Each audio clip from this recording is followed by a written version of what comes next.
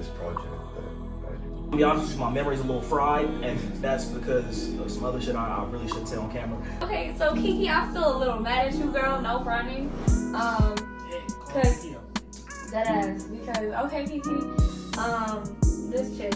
Just do something, man. Just sit at home and eat all day. People wanna have a glass of wine, wanna eat a donut, you know?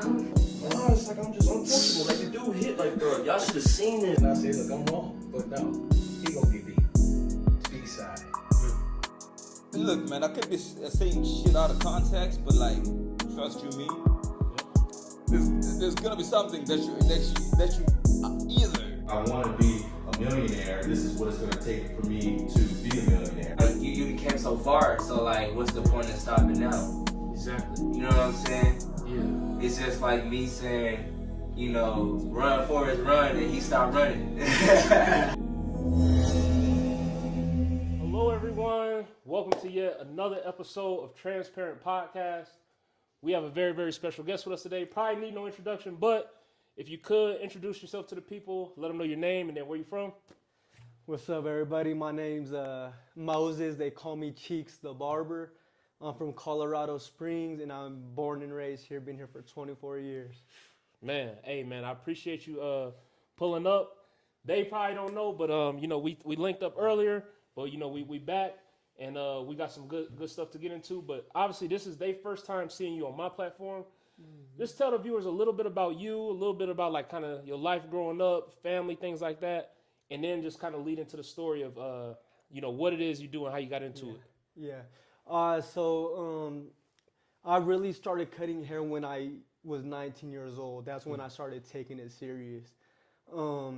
My grandmother had a barber shop here in the Springs area off of Monterey and Circle. Okay. It's kind of like the hood over there. Yeah. So every day after school, me and my siblings would go there and, you know, start messing around with the clippers every day, you know, messing each other's hair up, you feel me? So, yeah. So as about when we got into high school time, she had sold her barber shop and just made her own salon inside of her home. Okay. She turned her garage into her own little salon, her studio. Okay, have her own little space. And everything. Exactly. So my older brother picked up the trade first out of all me and my siblings. We all cut hair, so he picked it up first, and then he went to prison and really started doing it. Man, so the older brother, he's the one that kind of picked up on it right away. Yeah. And then he kind of led but everybody in the family was already practicing and picking up clippers. Exactly. My sister picked up the clippers right after him. She started getting nice with it. Sis is cutting too. Yeah, but actually they both started cutting hair before me, but I hadn't went to barber school before them. Okay, so they kind of had that experience off rip. Yeah. More practice and things like that. But you went the schooling route, the longer way, but exactly. So I ended up. My brother went to prison. He came home, and I didn't have nothing else. I didn't go to college. Yeah. I have a baby on the way. At the time, she getting in a lot of trouble.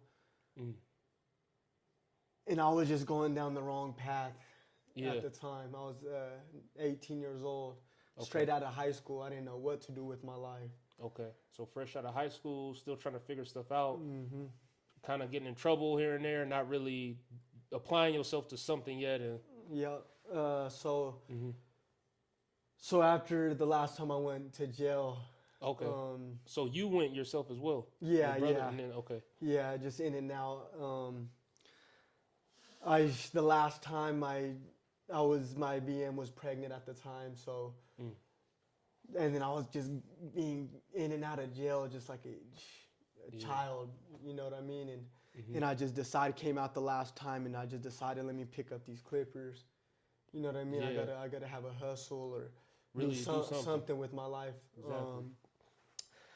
And nobody gave me the chance to get them right with the clippers. Nobody trusted me, and I was cool with it. And I just started chopping myself.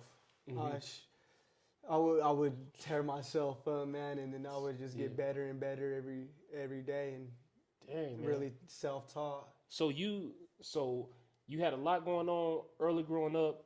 You had started with the Clippers early, and then life was lifing. Came back out. You like, all right, I need to really do something, get serious. Picked up the Clippers, and you started even on yourself, practicing, and then where did everything kind of from there? It seemed like it started to kind of turn. Start going up. Yeah. Really, whenever my 3-year-old was born, he changed my life. I really started taking barbering serious. Okay. And started really just building my clientele, my platforms, focusing on learning how do I trim hair, how do I use these scissors, how do I use shears, how do I use these products, how do I use a blow dryer, teaching, you know what I mean? So every little aspect you was dialing into every intricate part of it. Everything, and it's easier than what people. It's harder than what people think. Would think. You know what I mean? It's as a barber, everybody starting out, you're gonna suck. You're not gonna in this industry. You're not gonna be good off rip. So. So it's gonna be a struggle, man. It's gonna for y'all beginner barbers out there. It's gonna be a struggle for honestly probably about a year until you start actually getting your reps in and staying consistent, building your clientele. After a year, that's when you're able to start charging what you feel your cut is worth. What your cut's worth, and I've been cutting hair for about, like I said, 4 or 5 years, and honestly, it's been that long where I'm barely starting to touch, 6 figures, a 6-figure barber. You know what I mean? Everybody wants to be 6 figures barbers, but you're not gonna do that in the first year. Yeah. But what I'm gonna tell all you beginner barbers is put yourself through barber school. You don't wanna be cutting underneath the table because you can't make it a career. You know what I mean? So man, no, I appreciate you sharing that. So you actually, man, it's like you really started from the bottom with it, because you had life going on. Then you was like, all right, let me get serious with the barbering. You start actually learning the craft, learning how to do everything from cutting to fading to everything. And like you said, it took years, but now you get into where okay, I feel like I'm in my groove. I'm going somewhere with this, and I could make this a long-term career for however long you want to do it for. But like you said, that whole backstory, you showed that you could be in the worst possible situation, but you buckled down and you actually said, I'm gonna do something. You applied yourself, and that just shows, that you can actually, do this, and change your situation around. Yeah, this is what I tell everybody. And I've got my little cousin. He's been cutting for 1.5 years. I've already turned him into a 6-figure barber in a year. I'm telling my other cousins, they're older cousins, you know what I mean? There's not an age limit where you could start cutting hair, and I tell everybody that. So I'm telling my older cousins, you could really make this it's life-changing, man. It changed my life around, you know what I mean? Yeah. And now you're going and trying to put the family on. Yeah, I'm trying to put my family on. I'm trying to get it right now where I'm able to open up my own barber shop in this next year. That's big. And make it a family oriented. Yep. Yeah. You know what I mean? I'm trying to get all my families. I'm gonna have my kids for sure cut hair, just as a side hustle. You know what I mean? And I don't know, could you tell the viewers too, how is it, or the importance of one, having a trade like barbering, and 2, just the benefits of it or the pros, because that's one of those things where it's you know what I mean? It's you can always have some money in your pocket, you know what I mean? Because you can, you know what I mean? Everybody need a cut. So in this industry, there's two ways you could get paid, and there's either you're going to be at a commission barbershop or you're going to be at a booth rent barbershop. Oh, okay. And I'm going to tell this to all the beginner barbers. If you do not have any clientele, go to a commission barbershop. You will you will have a steady income and you will build your clientele, and you will make a great living. You're gonna live good off of commission. You know what I mean? Okay. And when you're building up for a couple of months, then you could talk about going to a booth rent shop. Okay. And a booth rent shop's more of a more of a booked barber where. Oh, okay. You know what I mean? So Like per individual clients. appointment only. Okay. You know what I mean? So. Man, you could live a great. It's good making money every day, but sometimes. I used to spend it. You know what I mean? You can't get in the habit of spending that cash every day because it's in your pocket. But you could. I'd say you're gonna be a millionaire off this. Oh man. So how can you just talk a little bit like how important is it to? Because I obviously said like the beginning stages, you like putting money in your pocket, like. How is it to be able to, I don't know, get a grasp on like, all right, I'm gonna manage, my money, or what? Like for those beginners who, you know what I mean, they like, I'm just trying to do something and have some bread, but just tell the importance of like saving or building towards something. Like you said, you looking to open a shop up. So how is it to manage, money and be responsible with everything? So honestly, I recently just learned how to save.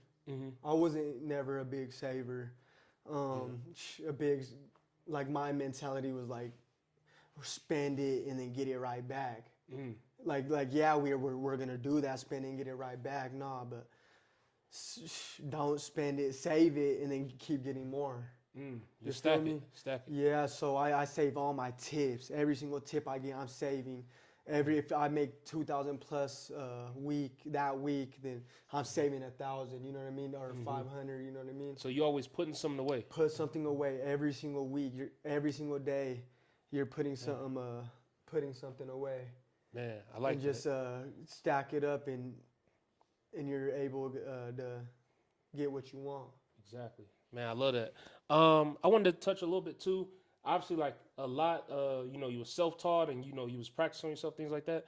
And when you did the schooling and everything, was it just the schooling, or after that, did you have to get other certifications, or like what all did you have to get, like, I don't know, certified in and things like that? Yeah. So schooling's about a year or two. Okay. It's either you could go full-time or part-time. Okay. You're going to finish in a year if you go full-time, but if you do part-time, you're going to finish a year and a half. And right after barber school, there's 2 state board exams. There's a hands-on exam and then the written exam, and you have to pass both of them to be a professional barber. Okay. Man, so you did you do the full or part-time? Yeah. I did full-time, but I had 2 kids during barber school, you know what I mean? So it took me a little longer, but I finished it. My sister went to barber school right after me. She's finished it, so man, me, my sister, my brother, my little cousin, we all work together, and we're getting to it as a family. That's what's up, man. Also want to just touch on a little bit, I know we was talking a little bit, but like what's some of the most, I don't know, some of the most common cuts that clients you get through, and then what's some of maybe like, or a crazy cut or something that that you had? Yeah, so the most common you already know is out here is the Edgar cut. The Edgars. I don't know if you heard of that one. Yeah. But honestly, that I love that cut, man.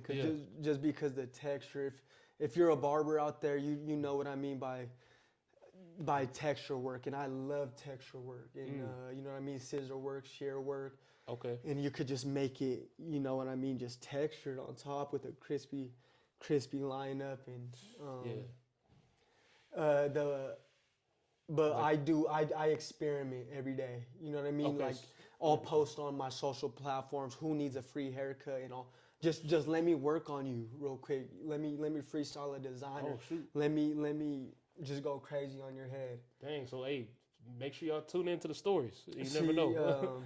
I'm blessed to be able to give free haircuts now, because people wouldn't let me do designs on them, bro. Dang, that's crazy. When I first started cutting hair. And that's coming full circle. Like before, they weren't trying to give you a chance. Man, and bro. now you giving out free ones. Man, yeah. That's what's up, man. So yeah, I'll go crazy. Cause I'm like to say I'm a competitive barber, I guess. I've been going to. Oh yeah, you recently I seen you like won a trophy or something. Yeah. Like? So That's what's up. Congratulations. we there's a couple barber battles out here in Colorado. So I went a couple weeks ago. I went to Denver and got down out there. Did your got, thing. Yep, got first place. That's what's up, man. My first time getting first place. Dang man, in congrats one on of that. those, so appreciate it. And there's another one this weekend. Uh-oh. I'm gonna go get down. You gotta go to that one. Yeah, so if y'all want to see me win a trophy, my IG is CTC Cheeks, and you could check me out. I'll be live. Yeah, I'm going for that first place again, man. Dang man, can't get enough. That's what's up, man. And just kind of leading into that, could you just talk about just a little bit, just some goals that you have for yourself for closing out this year, leading into 2025? Just what's some of like your just personal or business goals that that you got lined up for yourself? Some of my personal goals right now are really just trying to blow up on social media. Right now I'm at on TikTok. I'm at about 10,000 followers. Ooh. But I really want to blow up with I just recently made a page, a barber brand. Okay. It's called Cutthroat Committee. Oh yeah. If y'all could go check me out on there. Okay. But Cutthroat Committee, I wanna try to blow that up and try to this year I wanna start posting every single day. Okay. Just content, just different types of videos, I guess barber tutorials. Okay. So that page is gonna be more of like your barber stuff. You pushing more of the barber stuff to that. Yeah, and just going around state to state trying to win like barber trophies. That's what's up. Yeah, so I wanna try to like get my name out there, You will, man. And just try to collab with the bigger barbers in the industry. Okay. Yeah, so for sure. And then too, man. Lastly, I know we gave him a few gems, but just words of advice to any like brand new barbers trying to get their name out there and haven't even probably stepped foot in a shop or anything like that yet. Just what's like just some advice you could give them in general for all the young barbers out there, male, female, just starting off. They want to get, they've been practicing at home or what have you, but they just need some encouragement and they want to get out there, but they don't really know how to like step out there yet. For y'all young barbers, or you don't even have to be a young barber, for a beginner barber, I should say. For sure. Do not give up and do not listen to these haters out here in this industry, because barbers are the biggest haters. Like, I hate to say it, like, you know what I mean? But hey, just transparent. We'll keep it a buck. Bro, yeah. Yes, sir. So don't listen to none of that negative. Keep that negative energy everywhere else. Another thing is build relationships with your clients. That's the biggest thing, is turning your clients into friend or family. That's the only way. I have people that have been coming to me since day one that's still coming to me, and you know what I mean. That's loyalty right there. Yeah, they're keeping me on my toes, and don't give up. Don't listen to these haters, and stay in the shop. And what I tell all these young barbers, stay committed and make it your full-time job. If you're a barber, it's a full-time thing. It ain't no half-stepping. Half-stepping in this industry. You got to get to it. And you want to be a six-figure barber in a year. Try to get there. And there's more ways of learning that nowadays. You know what I mean? You have your friends, YouTube, all that. Just stay committed to it. Man, dude, that's some good stuff. And then, like you said, man, you really doing it. Like, to make six figures as a barber, that's, you know what I mean? A few years back, people wouldn't have thought that's possible. But, here you is, the early pioneers are, like, showing, like, hey, and you did it from starting from the bottom, telling your story. So that's respect to you, man. And then I know we plugged them in again, but just lastly, give them the IG, everything, where they can follow you, any sites or everything. Just spell it out, let them know. Okay, so my IG is CTC_Cheeks_.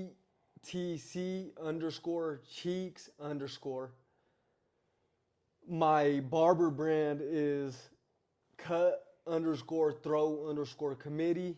Yes, sir. And y'all could check me out on TikTok at BarberMoses2000. Barbara Moses 2000. And I will be posting content every single day till I blow up. Man, that man committed. So also, man, also just tell us, you said you got another, something else you was doing? Yeah, on the same platform as BarberMoses2000, Okay. my TikTok page. I am starting a series of, it's called The Life of a Colorado Springs Homeless Man. Wow. Okay. What's that about? So it's just pretty much one day behind the barber shop. There you just see these homeless men, and they're young, man. Y'all could go check them out. They're young people, and they're good. They're good. Like they're normal people. That's how I look at them. Yeah. You know what I mean? Just like you and me. Yep, exactly. So one day he just asked me for a couple dollars. I said, yeah, I gave it to him. A couple times. I don't really tell nobody that because. Yeah. But just out the kindness of your heart. So maybe like a month later, after I knew him, would talk to him every day. I just said, man, let me just do an interview on him. Let's try to get him find his family members, or try to get him a couple dollars from his Cash App, because they do. A lot of homeless people use Cash App.